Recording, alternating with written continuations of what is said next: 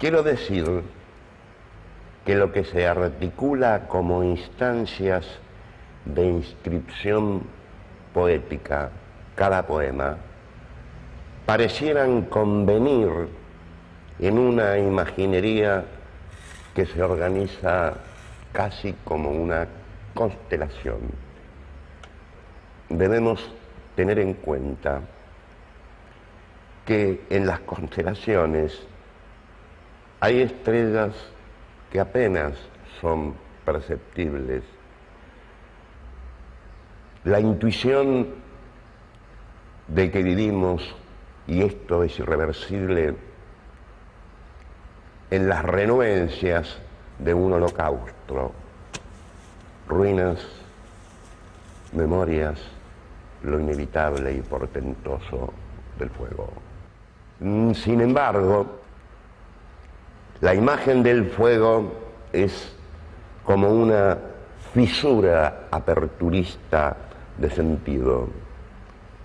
Cuando digo lectura, hablo de un ejercicio de la memoria que tiende a restituir a la escritura su dinámica primaria, su capacidad de mutancia, de apertura, de incidencia del deseo, de la búsqueda de plenitud, de algo que aparece por ahora como ausencia.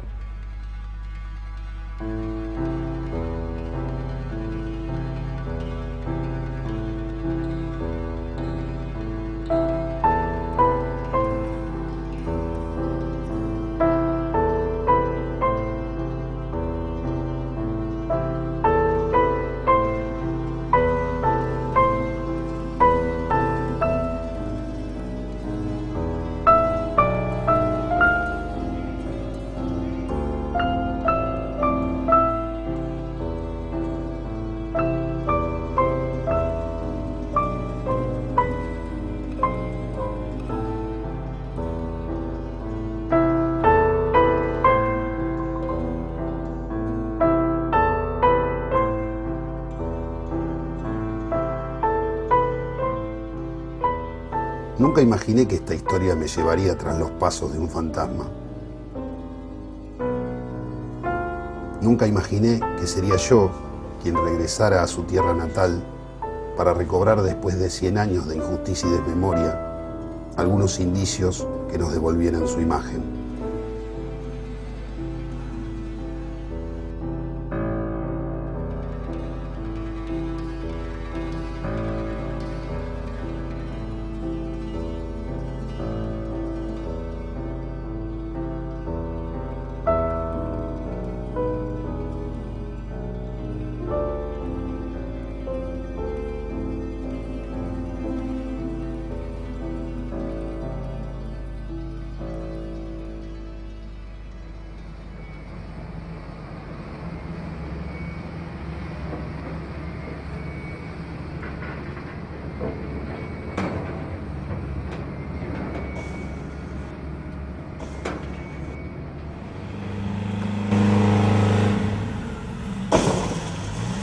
¿Cómo hablar de la memoria cuando todas las huellas materiales de un acontecimiento se pierden? ¿Dónde buscarlas? La primera huelga obrera importante en la ciudad de Rosario comenzó en esta refinería de azúcar. En algunos años, el antiguo edificio de la factoría vecino al barrio obrero será un conjunto de viviendas exclusivas.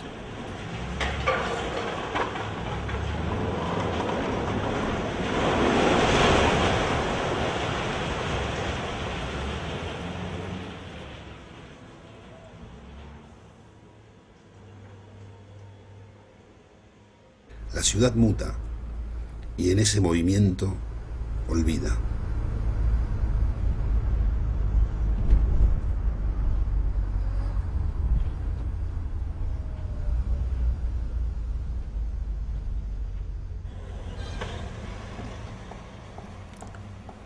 pueblo. No nos importa quién eres. Siendo un sufrido, eres el pueblo.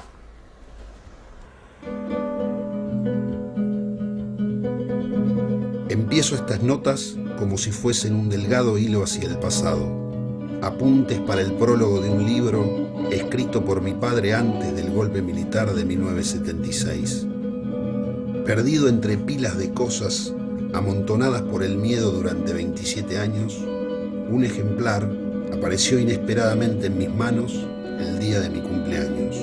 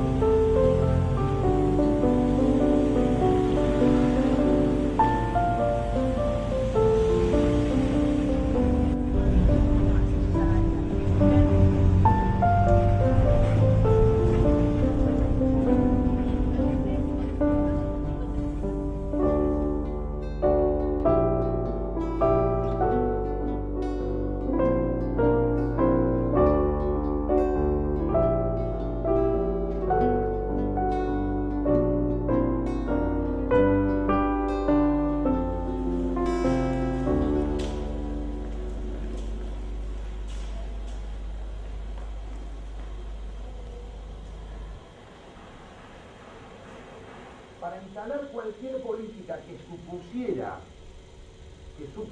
derrotar la inflación, o sea, detener la subida de salarios, había que derrotar al movimiento obrero del Estado de Bienestar.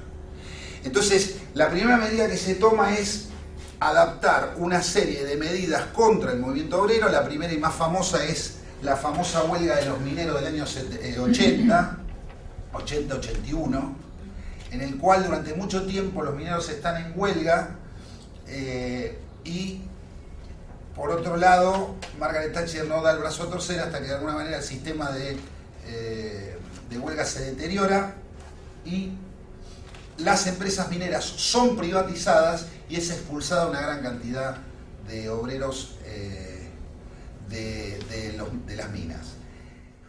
Esto inaugura una política que el neoliberalismo también va a acentuar, que es el tema de quebrar el brazo al movimiento obrero en un determinado momento para principalmente bajar salarios y aumentar despidos.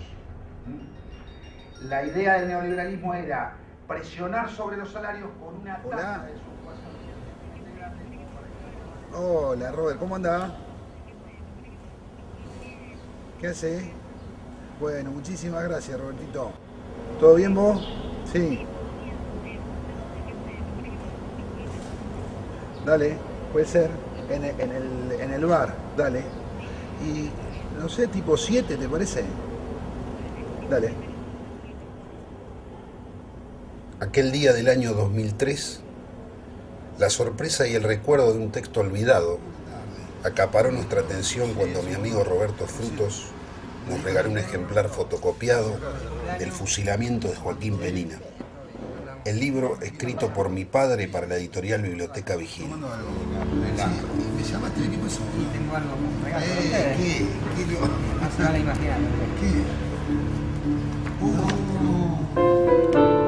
Roberto nos contó esa tarde, mientras no podíamos creer que este único ejemplar hubiera aparecido, que el libro lo había encontrado en una caja de papeles viejos el Cacho Rodríguez, uno de los tesoreros y miembro de la comisión directiva de Vigil, e inmediatamente se lo había dado a Raúl Frutos, bibliotecario mayor de Vigil y padre de Roberto.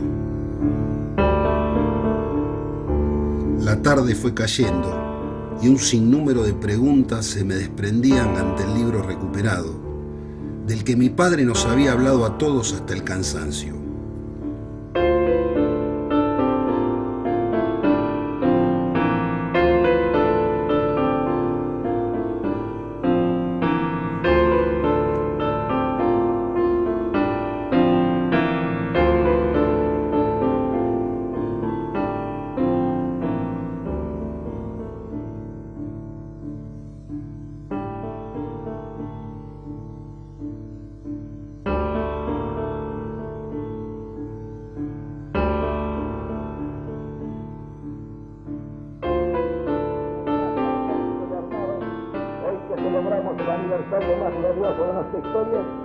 Evoco el magnífico cuadro que elevó el corazón y tocó el alma de los argentinos el 6 de septiembre. La fraternal comunión de ciudadanos y de soldados dispuestos a sacrificarse por la salvación de la patria. Legionarios, como jefe de la revolución, soy vuestro jefe. Y os aseguro que a pesar de las acechanzas de todo orden, vais a impedir que se han defraudado los anhelos nacionales en las grandes soluciones que la República necesita para ser normalizada. Dictadura no. Pueblo, no nos importa quién eres. Siendo un sufrido, eres el pueblo. Es inútil que te digamos que la mezquina libertad de la que gozabas la acabas de perder. Tú sabes esto o deberías saberlo. El militarismo, esa plaga funesta de todos los pueblos, cabalga sobre una bestia sin fuerza, sobre tu lomo, pueblo. Dictadura quiere decir no tener derecho a pensar ni a comer. Sea blanca o roja, la dictadura es la negación de todos los derechos para el pueblo, especialmente para el proletariado.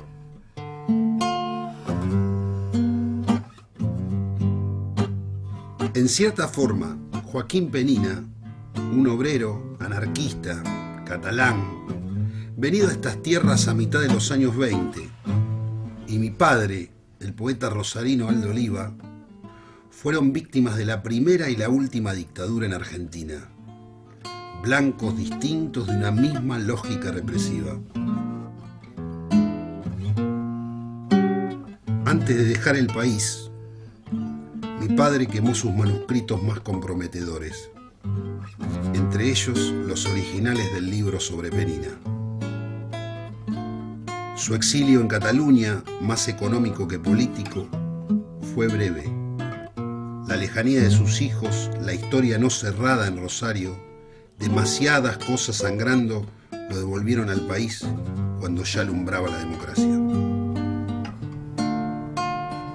Mi padre murió en el año 2000 sin saber que en algún rincón de esta misma ciudad un único ejemplar del libro suicidado por la dictadura le sobreviviría.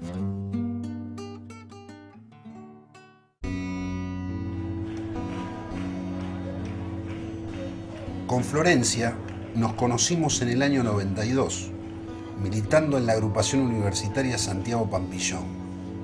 Con el tiempo, nuestra amistad se fue afianzando. En el año 2000, Florencia se fue a estudiar a España.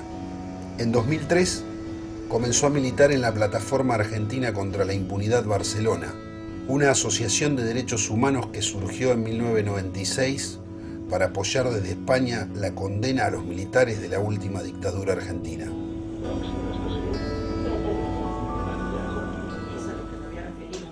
Es al sobreviviente testigo en el escenario de los juicios. Hago esta matización porque no somos, como decía antes, solamente testigos en el ámbito judicial. Me parece que en el largo recorrido que hemos hecho como pueblo, como organizaciones, estemos donde estemos, los pueblos que nos plantamos para exigir justicia, es precisamente empezar a superar ese lugar pasivo, el lugar de la víctima, para asumirnos o completar este concepto del testigo. El testigo sobreviviente, víctima, pero también sujeto activo. En febrero de 2005, Florencia volvió de visita a Rosario y nos encontramos un par de veces. Hablamos de muchas cosas y de su militancia en la plataforma. En el mes de marzo del mismo año, ya de vuelta en Barcelona, le envié una carta muy larga contándole toda la historia del libro aparecido y las dificultades para reeditarlo.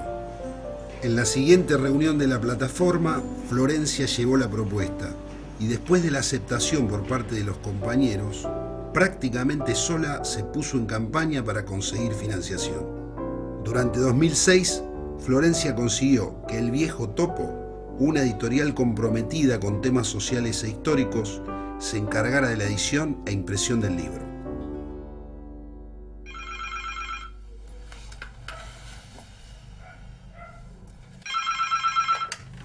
Hola. Hola, Flor, ¿cómo andás? Acá estoy, en plena tarea, en plena faena. ¿Cómo te va vos? Y estaba anotando acá algunas cosas, estoy en el tema de la escritura del prólogo, pero sí, lo que pasa es que tengo todavía un par de entrevistas que hacer. Mañana le voy a hacer una entrevista a Raúl Frutos, que fue el bibliotecario mayor de Vigil. Bueno, este es el ejemplar que se logró rescatar. Ajá. Qué bárbaro.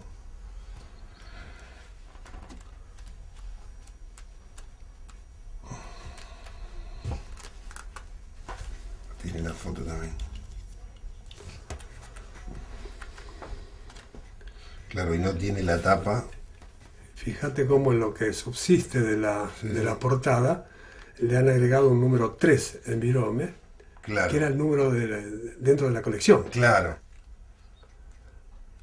Mis funciones, digamos, más específicas eran todos los servicios bibliotecarios, la relación entre comisión directiva y el Departamento de Educación en todas sus áreas educacionales, y la relación con la editorial. Claro. Por razones lógicas. Obviamente, seguro. Que dirigía Rubén Naranjo.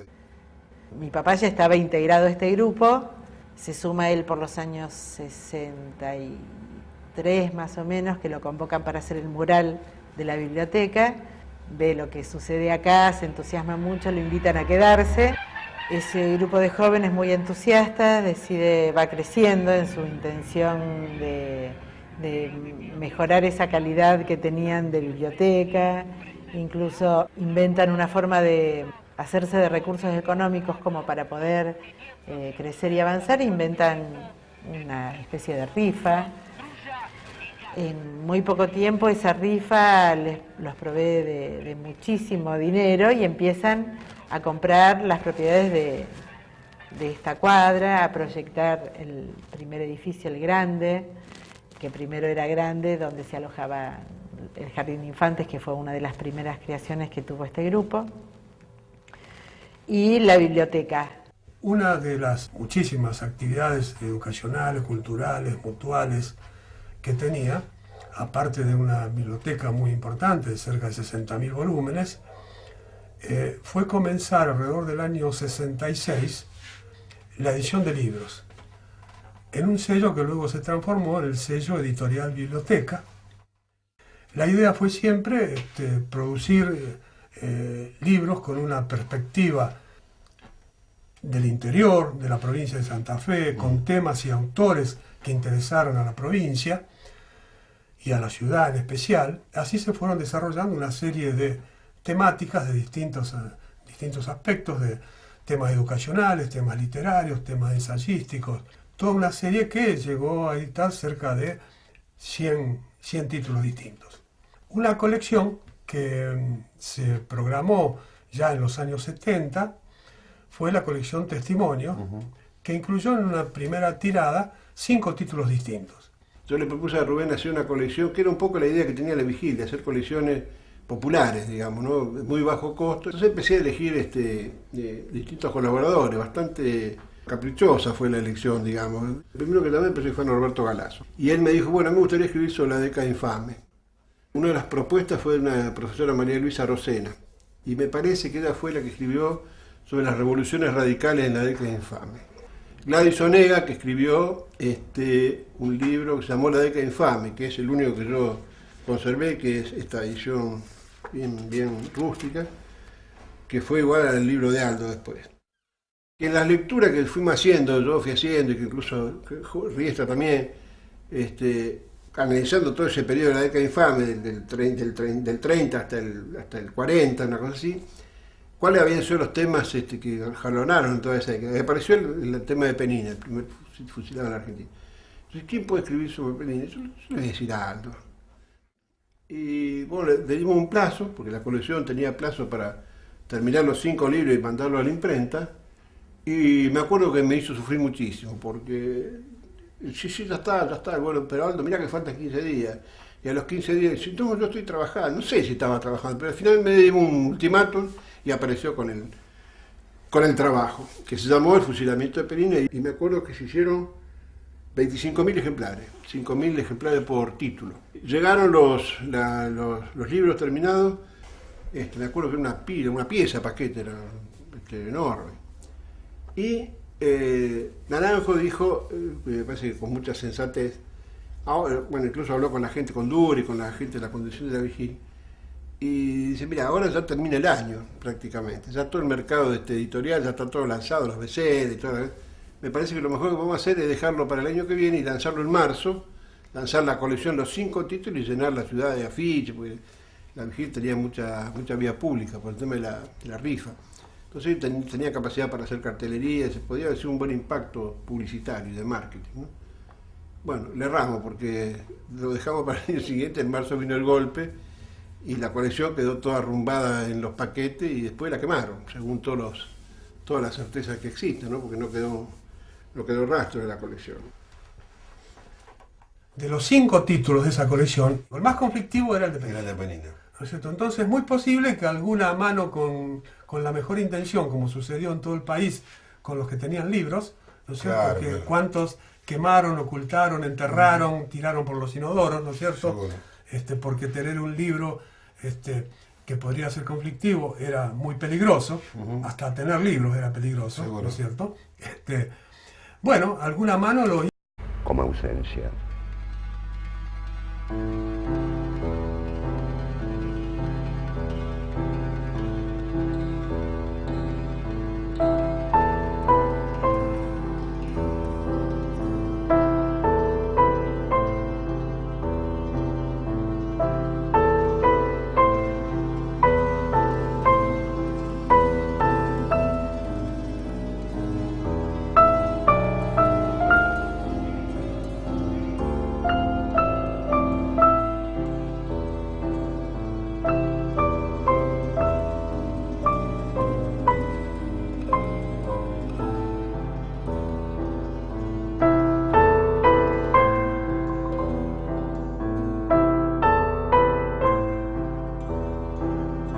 Y portentoso del fuego. Sin embargo, la imagen del fuego es como una fisura aperturista de sentido. Cuando digo lectura, hablo de un ejercicio de la memoria que tiende a restituir a la escritura su dinámica primaria, su capacidad de mutancia, de apertura, de incidencia del deseo, de la búsqueda de plenitud, de algo que aparece por ahora.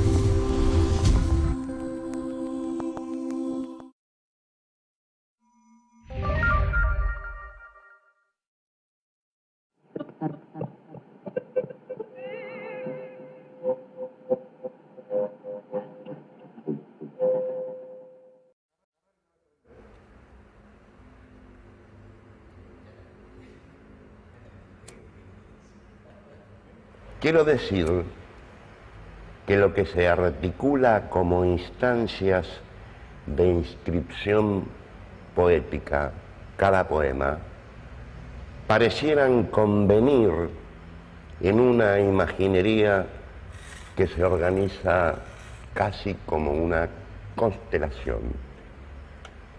Debemos tener en cuenta que en las constelaciones hay estrellas que apenas son perceptibles.